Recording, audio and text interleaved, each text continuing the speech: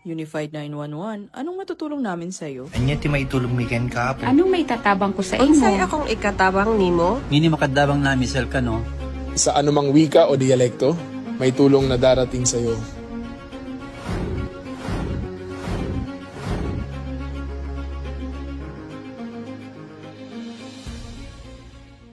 Lilingkod sa bawat Pilipino at magbibigay ng tamang impormasyon para sa tahimik at maayos na Pilipinas. Police News Network, alagad ng batas, tagapagtaguyod ng balitang pulis, sandigan ng mamamayan, patnubay ng katotohanan.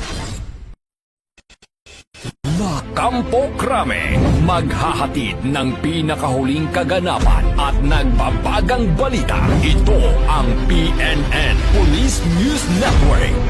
At ngayon, ang inyong mga tagapagbalita. Magandang araw, Bagong Pilipinas. Ako ang inyong tagapagbalita, tagataguyod ng Balitang Pulis, NUP Aster May Katulong mula sa Directorate for Education and Training. Maghahatid sa inyo ng tamang balita, kwento ng pulis at serbisyo para sa mamamayan. At ito ang PNP News Online, ang pangunahing balita ng Police News Network, alagad ng batas, tagataguyod ng Balitang Pulis.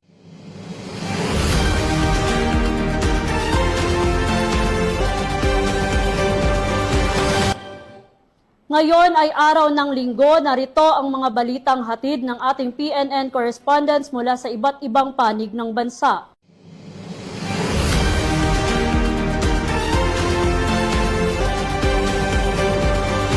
Matagumpay na nagsagawa ang Dinapigi Municipal Police Station ng 2 araw na pagsasanay para sa mga membro ng Barangay Peacekeeping Action Team mula sa 6 na barangay ng bayan bilang bahagi ng Safer Cities Initiatives nito lamang Hunyo 2026.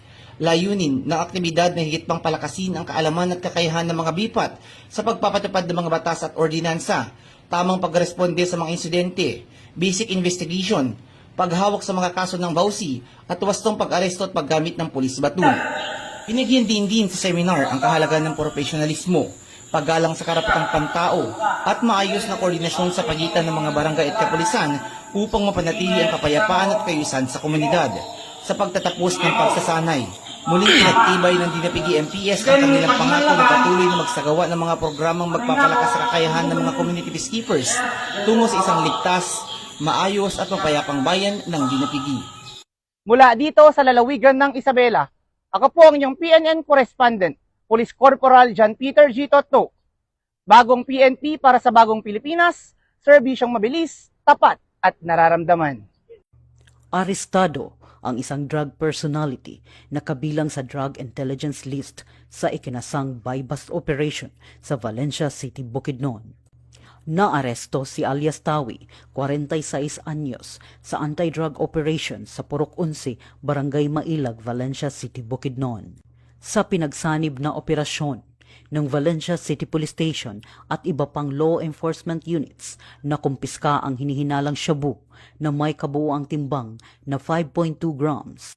May tinatayang standard drug price itong 35,360 pesos. Na-recover din sa operasyon ang buy-bust money at isang metal container na pinaniniwala ang lalagyan ng ilegal na droga. Kasalukuyang nasa kustodiya ng Valencia City Police Station ang sospek para sa kaukulang disposisyon. Patuloy ang panawagan ng kapulisan sa publiko na makipagtulungan at agad i-report sa pinakamalapit na himpilan ng pulisya o sa 911 ang anumang impormasyon kaugnay ng illegal drug activities. Mula dito sa Police Regional Office 10, Bukidnon Police Provincial Office, ako ang iyong PNN correspondent, Police Corporal Michelle Gulay Abatayo, alagad ng batas, tagataguyod ng Balitang Pulis. Kasabay ng pagtaas ng full alert status sa buong hanay ng kapulisan, inaktiba ng Albay Police Provincial Office ang Crowd Management Advanced Reactionary Force Engagement o ang CARE bilang bahagi ng pinaigting na kahandaan sa anumang sitwasyon, lalo na sa mga kaganapang nangangailangan ng maayos at organisadong crowd control. Nagsagawa ng accounting at formation ang mga tauhan ng Albay Police Provincial Office sa ilalim ng pamumuno ni Police Colonel Noel Donato Nunez, Provincial Director ng Albay. Layunin ng aktibidad na matiyak ang kahandaan ng bawat unit, maayos na koordinasyon at agarang deployment kung kinakailangan. Sa pamamagitan ng gantong hakbang, pinatitibay ang kakayahan ng kapulisan ng Albay na tumugon sa anumang banta ng seguridad at kaayusan sa publiko. Layunin ng aktibidad na tiyakin ang kahandaan, disiplina at mabilis na pagtugon ng mga kapulisan sa pagpapanatili ng kapayapaan at kaayusan sa lalawigan, alinsunod sa advokasiyang serbisyong Noel. Nararapat, organisado, epektibo at laging maaasahan. Mula po dito sa Albay Police Provincial Office, ako po si Patrolman Corby Flores, nag-uulat para sa Police News Network. Bagong PNP para sa Bagong Pilipinas. Serbisyong mabilis, tapat at nararamdaman.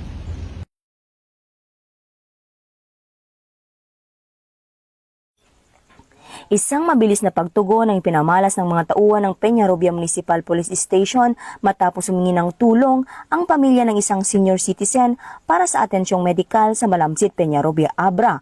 Ito lamang Hunyo 28 taong kasalukuyan. Nakatanggap ng kahilingan ang Peñarobia MPS mula sa pamilya ng isang residente ng Barangay Malamsit, Peñarobia, Abra. Ang pasyente na may stage 3 cancer tumor ay kinakailangang maisugod sa ospital upang mabigyan ng agarang lunas. Agad namang tumugon sina PCMS Edgar Bersamin, PSSG Jason Gonzales, Pat John Israel Cabebe at Pat Marvin Clark Tillay. Pagdating sa tahanan ng pasyente, mabilis nilang inasikaso ang ligtas na paglilipat nito at nakipag-ugnayan sa pamilya upang matiyak ang maayos na transportasyon. Matagumpay na naihatid ang pasyente sa Abra Provincial Hospital sa Barangay Calaba, Bangged, kung saan agad itong nabigyan ng kinakailangang medikal na atensyon. Muling pinatunayan ng Peñarobia Municipal Police Station na ang serbisyo ng kapulisan ay hindi lamang nakatuon sa pagpapanatili ng kapayapaan at kaayusan, kundi pati na rin sa mabilis na pagtugon sa mga mamamayang nangangailangan ng tulong. Ito ang tunay na diwa ng bayanihan sa oras ng pangangailangan, laging handang umalalay at maglingkod, alinsunod sa adikay ng bagong PNP para sa bagong Pilipinas, serbisyong mabilis, tapat at tunay na nararamdaman. Mula dito sa Abra Police Provincial Office, ako po ang inyong Police News Network Correspondent, Patrolwoman Maria Ella Garcia, alagad ng batas, tagataguyod ng balitang pulis. Bagong PNP para sa bagong Pilipinas, serbisyong mabilis, tapat at nararamdaman. Mabilis na rumusponde ang mga tauhan ng 3rd Special Operations Unit ng PNP Maritime Group matapos humingi ng agarang tulong medikal ang isang ina para sa kanyang 6 na taong gulang na anak na nagtamo ng sugat sa ulo. Dakong alauna ng hapon noong Hunyo 28, 2026, nagtungo sa himpilan ng 3rd SOU sa Barangay Talavapor, Bacoor City, Cavite, si Miss Nicole Pangan kasama ang kanyang anak na si Marcos Tabirao upang humingi ng agarang tulong. Agad naman nagbigay ng paunang lunas sina Police Senior Master Sergeant Elmer Peñira at Patrolwoman Angelica May L. Calmada upang matugunan ang kondisyon ng bata. Matapos ang first aid, ineskortan ito ng nasabing unit ang mag-ina patungo sa Southern Tagalog Regional Hospital para sa karagdagang pagsusuri at nararapat na gamutan. Muling pinatunayan ng 3rd Special Operations Unit ang kanilang kahandaan at maglingkod at tumugon sa oras ng pangangailangan alinsunod sa kanilang adhikaing protektahan at pagsilbihan ang bawat mamamayan. Dito sa 3rd Special Operations Unit, PNP Maritime Group, ako ang inyong PNN News Correspondent, Patrolman John Kelvin Q. Madamka, alagad ng batas, tagapagtaguyod ng balitang pulis. Bagong PNP para sa bagong Pilipinas, serbisyong mabilis, tapat at nararamdaman. Isang regional most wanted person ang naaresto ng Cavite PNP sa mas pinaikling na kampanya laban sa mga wanted persons. Sa isinagawang manhunt operation ng GMA Municipal Police Station sa Bancal, Carmona, Cavite. Kinilala ni Police Lieutenant Colonel Alexander Alvarez, Acting Chief of Police ng GMA MPS, ang akusado na si alias Ron, 45 taong gulang at kasalukuyang nakatira sa Carmona, Cavite. Naaresto ang akusado sa bisa ng warrant of arrest na inilabas ng Regional Trial Court Branch 109 ng Carmona, Cavite para sa kasong paglabag sa Section 5, Article 2 ng Republic Act 9165 o ang Comprehensive Dangerous Drugs Act of 2002. Ang naturang kaso ay non-bailable. matapos ipaalam sa akusado ang kanyang dahilan ng pagkakaaresto at ang kanyang mga karapatan. Ito ay dinala sa himpilan ng pulisya para sa kaukulang dokumentasyon at iba pang legal na proseso. Tuloy naman na pinaalalahanan ng Cavite PNP ang publiko na makiisa sa kampanya laban sa kriminalidad sa pamamagitan ng pabibigay ng impormasyon na makakatulong sa pagkaaresto sa mga taong may kinakaharap na kaso sa batas. Ito ang bagong PNP para sa bagong Pilipinas, serbisyong mabilis, tapat at nararamdaman. Mula sa Cavite Police Provincial Office, ang tahanan ng mga bayaning polis, ako ang inyong PNN correspondent. Alagad ng batas, tagataguyod ng Balitang Pulis. Mahigit 7 milyong pisong halaga ng pinaghihinalaang smuggled cigarettes ang nakupiska ng mga otoridad sa Kulambugan, Lanao del Norte.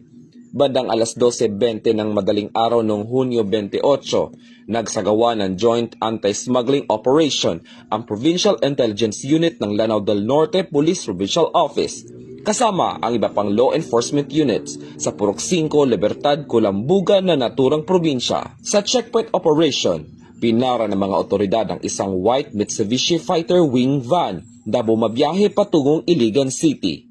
Tinangka pa umanong lampasan ng driver na si alias Awi, 37 anyos, na residente ng Maigo, Lanao del Norte. Ang checkpoint ngunit agad itong napigilan ng mga operatiba. Sa inspeksyon, natuklasan ng mga otoridad ang 190 master cases ng platinum cigarettes o katumbas ng 9,500 rims na walang kaukulang dokumento. Tinatayang nasa mahigit 7.6 million pesos ang halaga ng mga nakupiskang kontrabando batay sa valuation ng Bureau of Customs. Dinala ang driver sa Kulambugan Municipal Police Station para sa dokumentasyon, habang nasa kustudiya ng PIU Lanao del Norte ang sasakyan at mga nakupiskang sigarilyo bago i-turn over sa Bureau of Customs. Patuloy namang hinihikayat ng mga kapulisan ang publiko na agad i-report sa pinakamalapit na himpili ng pulisya o tumawag sa 911 sa anumang kahina-hinalang transportasyon o iligal na aktibidad upang mapigilan ang smuggling dito sa rehiyon. Ito ang bagong PNP para sa bagong Pilipinas. Serbisyong mabilis, tapat at nararamdaman. Mula dito sa Lanao del Norte Police Provincial Office, ako yung PNN correspondent, Patrolman Kim Luna, alagad na batas, tagataguyod ng Balitang Pulis. At yan ang mga balitang nakalap ng ating PNN correspondents mula Luzon, Visayas at Mindanao. At para sa mas malawak at mabilis na ulat ng mga balita, huwag kalimutang mag-like, follow and share sa aming official social media accounts ng Police News Network, YouTube channel, X o Twitter account para sa mga live stream at replays at mga real-time updates, manatiling mapagmatsyag at laging alamin ang totoo. Sa ngalan ng pamunuan ng Philippine National Police sa pangunguna ni Chief PNP Police General Jose Melencio Nartates Jr. at sa pamumuno ni President Ferdinand Bongbong Marcos Jr., kami ay maglilingkod sa bawat Pilipino at magbibigay ng tama at balansing balita.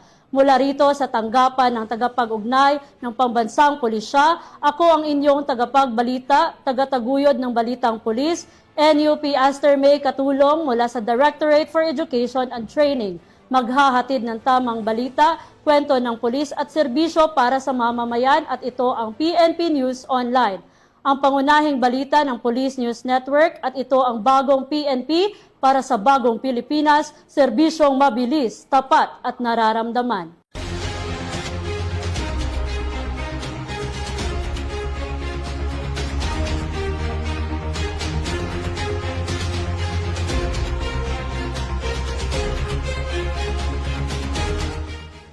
Police News Network, alagad ng batas, tagapagtaguyod ng Balitang Pulis.